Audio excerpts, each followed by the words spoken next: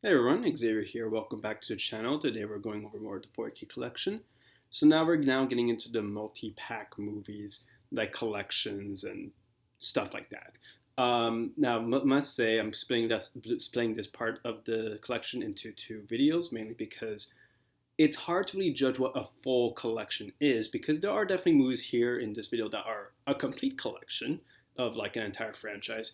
But then there are collections that are either A, out of date because there's a new movie that came out, or B, they are a partial collection. Um, and in part two, I'm going over more like two movies, maybe trilogies, but also the packaging is not really done special. Like these collections here, there's special packaging and everything, so it makes it feel more like a complete collection type of thing. Whereas with the other ones, it's more like, no slip cover, just bare bones. So that said, let's just get started. So starting up, we have the Back to the Future, the Ultimate Trilogy collection on 4K. Back to the Future is a classic. I think the first one's a masterpiece. The sequels, they're good, but I have my issues with them. But this is a great package, for the full collection of these series on 4K. Looks great. I love the book design and how you have the 4K and the Blu-ray showing off the special features and some quotes and stuff. It looks great. This is one of my favorite presentations of the 4K packaging. There's even a bonus disc. Honestly, this is the ultimate, as it says, like the ultimate trilogy pack, like with every single thing with the franchise to celebrate like the I believe it was what the 35th anniversary, I believe. But yeah, this is a great pickup if you ever get the chance to get it. Next up, we have a big one, the Bourne Ultimate Collection. So they did do a reissue of this on a smaller level, like with just more of a smaller, skinnier pack. This is just a bigger one with all of the movies individually. I'll try to pull one by one. Born Identity, I think, is a fantastic movie. Hold on a sec. It is a bit tricky. There's also this weird bonus disc that includes some extra bonus features. If you that's like sort of like this, but not as sort of like the Back to the Future, but not as cool of packaging. Like this isn't too bad. You also have I don't really want to pull out open every one, but yeah, you have Bourne Supremacy, the second movie, which I think is good, not as good as the first one. Bourne Ultimatum, which is a great initial end to that series. I think it's like about on par with the first film. The Bourne Legacy with Jeremy Renner, considered the worst one. Fair enough, because it has barely anything to do with Bourne. I don't think it's a bad movie though. It just feels like why you took a different movie and just slapped it with the Bourne franchise. And lastly, you got Jason Bourne, the last movie that they did so far, which I thought was pretty good. The story's not the best, but the direction, the action, everything, it is still on par. So yeah, like I don't really want to try to pull down everything because like it will be really annoying to get everything back into order, especially when you have like a case like this. Like it is very, it takes a lot of time. But yeah, the Bourne Ultimate Collection. I don't know if you can really get this one anymore since they just reissued one, which is more skinnier, but still a good franchise. So this is where it gets a bit tricky. So you have the Deadpool, the complete collection for now, which is just the first two movies on 4K. Because they're going to do a third movie. I'm not sure if they're going to do a collection, like a trilogy collection for that, but I had to include this because it's has that packaging. The Deadpool movies are great. First one's superhero, like that is great. That's a great film in the genre. Helped put some spice into it. And then you had the second one, which is a little weaker, with the story and trying to be a bit more ambitious, but I still think it has its charm and have some fun with the action and the humor. So that's the Deadpool movies there. I don't want to try to pull out every DVD and open and show off the thing. Like, when it's because it's not an individual case and it's all in different stuff. So it's a bit tricky to do that. Next up, yeah, here comes this one. The G.I. Joe collection. I got this because it was cheap. It was like $30, so $10 a 4K, which honestly is pretty good. But I would have normally not have gotten this because, like, yeah, if you know the G.I. Joe series, Rise of Cobra is, even though I try not to make a lot of crap on, like, I don't like to put movies down, it is one of the worst films I've seen in terms of just having no identity. It was just, I don't really try to get into why Rise of Cobra is like horrible, but it is like a very all over the place movie. Like it was like trying to follow up Transformers, but it tried to like do things that are not from the source material, and you have a lot, and like it's just so much like it. There's a lot that happens in the movie, and if in like as a kid, I couldn't remember anything that was going on. Like it was just so much. Then you had G.I. Joe Retaliation, which I actually would say is a good movie in terms of the fact that they had to follow up the end of the last movie because the last movie ends with the president being impersonated, which they could have just said, no, let's just do reboot, forget everything that happened in the last movie because it is a mess. We changed a lot of things about the characters and the story and the world building, everything. And instead, they just said, no, we're going to do a soft reboot. We'll keep what happened in the ending. We'll keep some of the characters in the casting and just go forward with it. And honestly, this was more of a G.I. Joe movie. They had some good casting. They had like Bruce Willis and Dwayne Johnson, Snake Eyes, and what's his name, Storm Shadow. They're still good in this from the last movie. They're still the best part in this one. And it's actually a pretty good follow-up, considering the fact of how poor the first film was. And then lastly, you had Snake Eyes, which was a reboot because Dwayne Johnson got busy, so he couldn't do a third movie. But the case of Snake Eyes, it's average. Like, it could have been better. The issue is that it tried too hard to set things up for a franchise when they should have just told one movie. And the fact that now the Transformers is trying to reboot the G.I. Joe series again is like, it shows how, how far in the red this entire franchise is. And yet I still have it on 4K. They look good, but like still, like I wouldn't really recommend getting the free movie collection. I only got because it was cheap, it was back in Ottawa. Next up is the Hobbit trilogy. They all have in this big chunk here. I think these movies are good. I know a lot of people are not the biggest fan of the Hobbit films, but I think they're still fun to this day. It has the both theatrical and extended cuts of these movies. It all in 4K. Peter Jackson, watched over them and everything. And the first movie I think is really good. The second movie is a little bit weaker. Like it's like the story's not as interesting. And surprisingly, I do like the third film a lot. I know a lot of people are like, it's just action. Where's the story? It's just a bunch of action for like 3 hours. And I'm like, yeah, but everything is paying off in this battle. Even though you can throw it, no, it's not what the book was about and everything. I think it's still it's just a fun to watch. I do like some of the character moments in that final movie. It felt like things were actually starting to happen. Compared to the second film where things are happening, but the story is so much at a snail's pace because you're stopping like halfway into the story. But even still, I really enjoy the Hobbit trilogy. I think it is worth getting. Like, it looks great on 4K, and I think a lot of people who love the Lord of the Rings films would have them anyway. Next up, we have the Indiana Jones 4 movie collection. I don't think they are going to do a fifth movie collection with, what's it called? The Dial of Destiny, because that is produced by Disney. And this is from Paramount Studios, so Paramount Pictures. So, the packaging is different. I'm trying to find the opening, but it's a bit, I don't even, I think I found it. Just a second here. So in general, I think the Indiana Jones films are fun. I like the first one the most. Actually, no, I like the third film the most. Raiders of the Lost Ark is still really good. Temple of Doom is not my favorite per se. Like, a lot of people like to defend that one, but I have my issues with that one.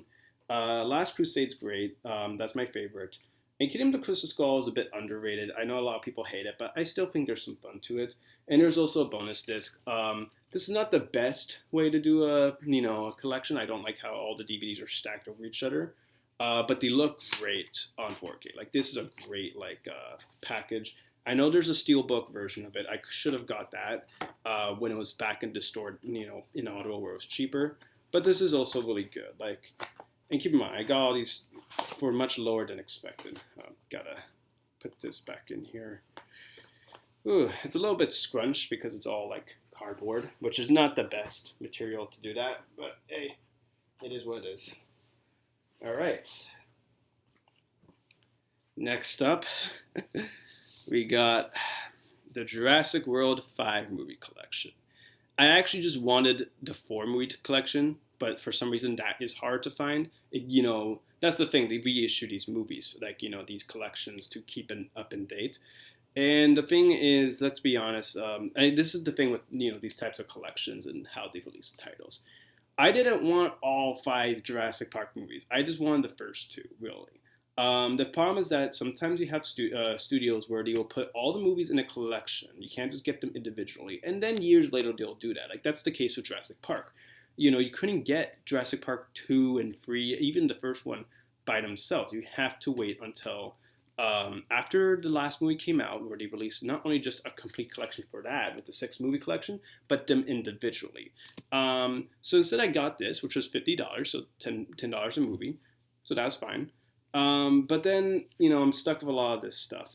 These are better in terms of they are skinny, I can take them out a bit easier than the Jason Bourne collection, where it's the regular size movies, but in like a big case. So Jurassic Park 1, classic, has its issues, but I think it's a great movie still. You got Lost World, which I really like. I think it's a pretty good movie. Some people don't like it, but I kind of like, some of the story direction and the characters and, some of the action. I think, because it helps that Steven Spielberg directed that one. Let's see, let me grab this. You also have... It's hard to pick these out one by one. Jurassic Park 3, which I think is average. It's not really the best Jurassic Park movie. Some people say it's better than the second movie, which I think y'all crazy. But, it's okay. In terms of the fact that if you're just going for straight up, you just don't really care for the story, you just care for more frills and stuff, fair enough. Jurassic World... I don't really like this one much. I used to really love it when it came out. I think a lot of people bought into the hype because it was a Jurassic Park movie again. Seeing the dinosaurs and everything. I didn't like, them not having, animatronics. I did not like the characters in this. I think some of the story was not good. There's some fun to be had. I like the pterodactyl scene. I liked the climax. It's a bit ridiculous, but I like it. And it's it's cool to see how they realized the Jurassic Park, theme park, the Jurassic World. But man, the characters are so horrible in this movie. I do not like them. I like Chris Pratt and it's still watchable to a degree, but it's not the easiest to it's not easy for me to watch it. Okay, well, time to watch Jurassic World. At least the first 3, they are sort of watchable. There were some stuff. And then we get to number 5, Fallen Kingdom. By the way, all these, slips are just the, the logo, but different to reflect what happens in the movie. And the 5th movie, Fallen Kingdom.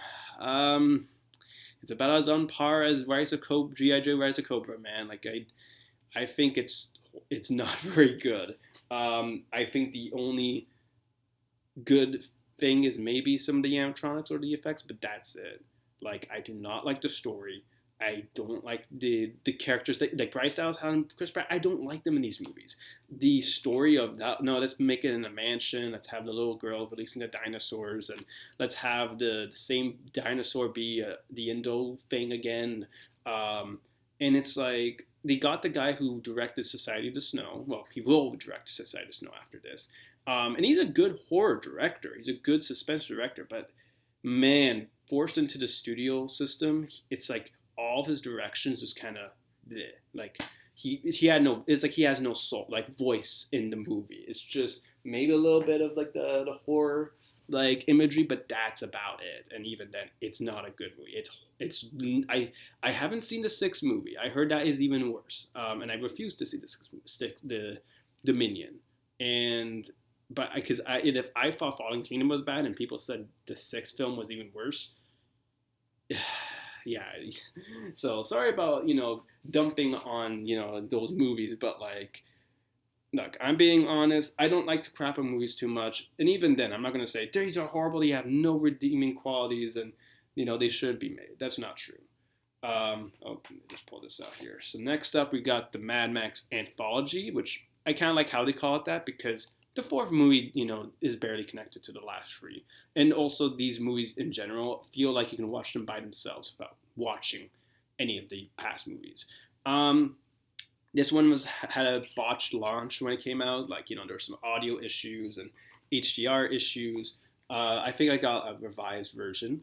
When it comes to the Mad Max movies, I think the first Mad Max is pretty solid. It's a different type. It's like it's really unique in terms of the fact that it shows a lot of the post-apocalyptic society and a lot of Mad Max's origins before he deals what he has to deal with. Mad Max 2 is the Road Warrior is a classic. I love what all the stuff that happens, the action, the characters, some of the unique stuff there. Mad Max Beyond Thunderdome it's a strange one.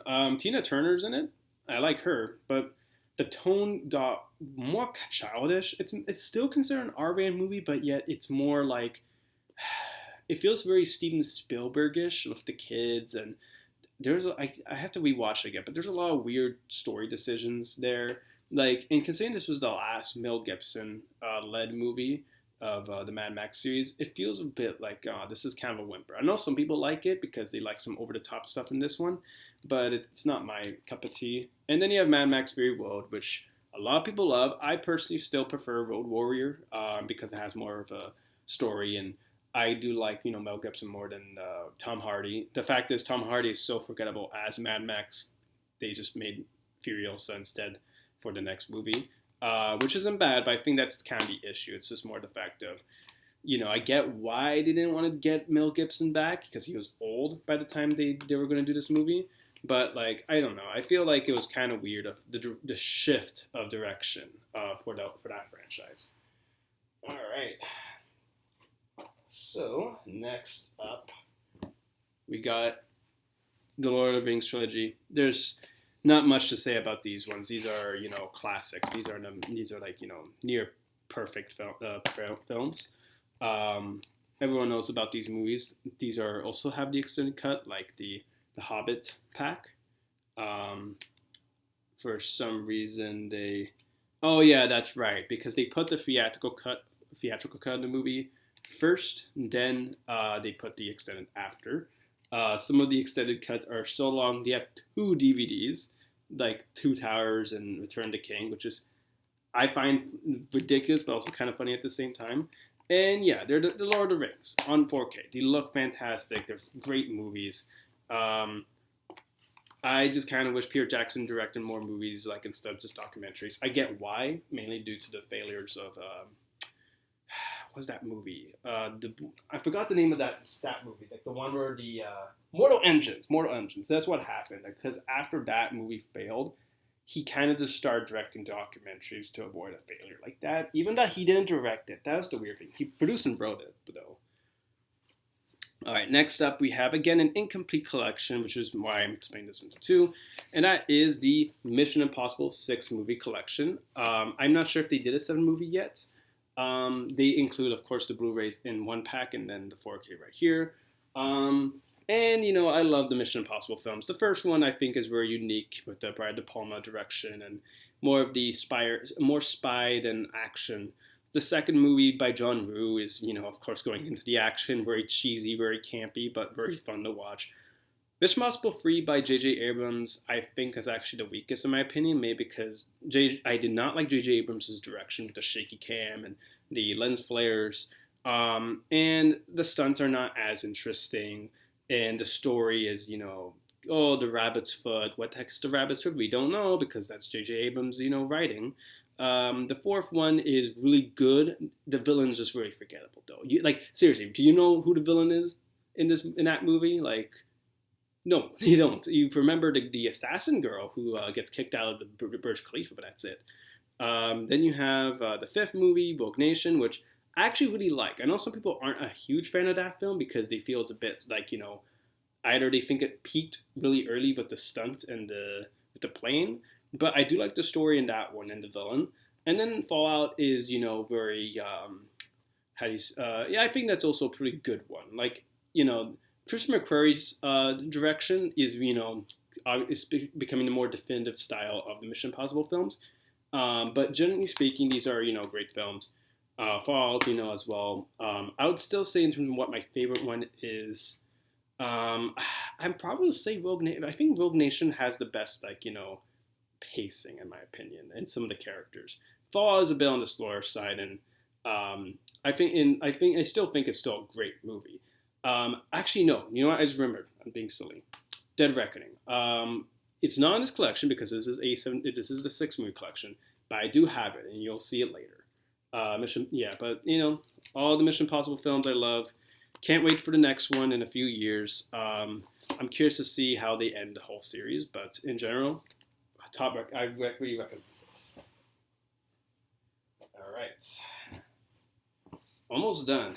So we have the Predator 3-movie collection. There is a 4-movie collection with the Predator, but the Predator I do not like. I think a lot of people can agree that movie is probably the worst one of the series. And of course, Prey is not included in this. I'm also not big. I think Prey is okay, but I don't have it on 4K. Maybe when it comes down on price, I will get it. But yeah.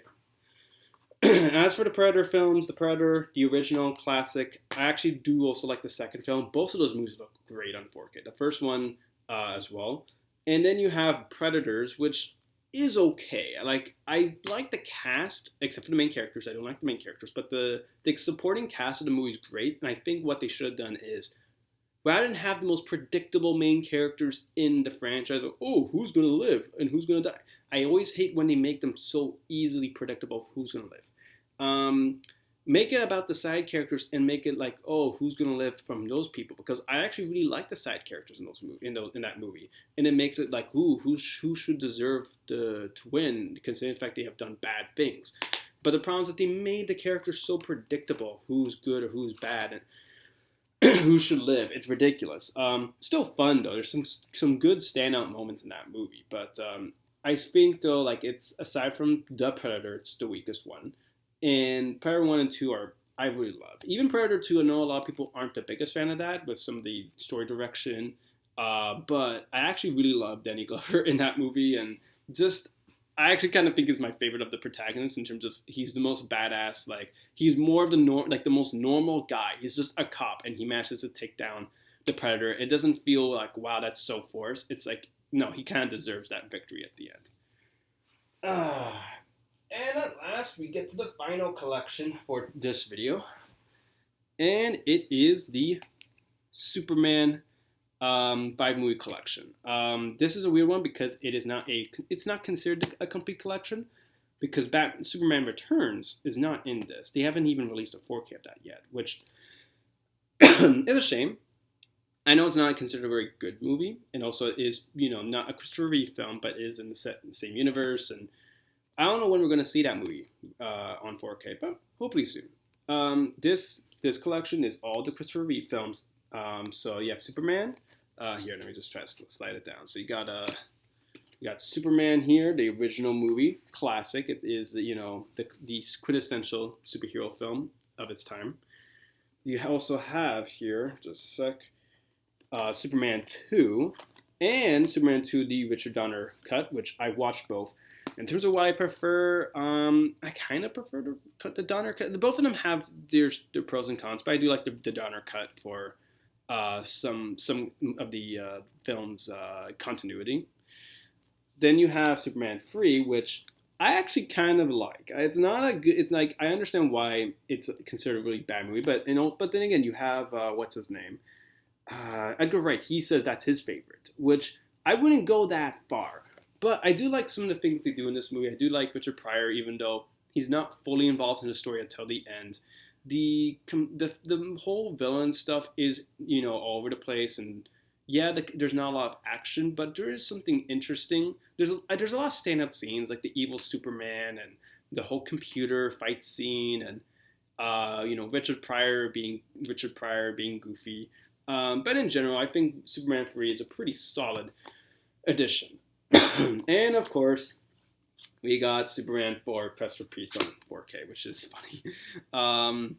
And yeah, like Superman 4, yeah, it's considered so bad it's a good movie, but honestly, it's, not as bad, I think people have said. Considering the production issue that the film suffered, it could have been worse. It's still like Christopher Reeve still knocks it out of the park as, Clark Kent Superman.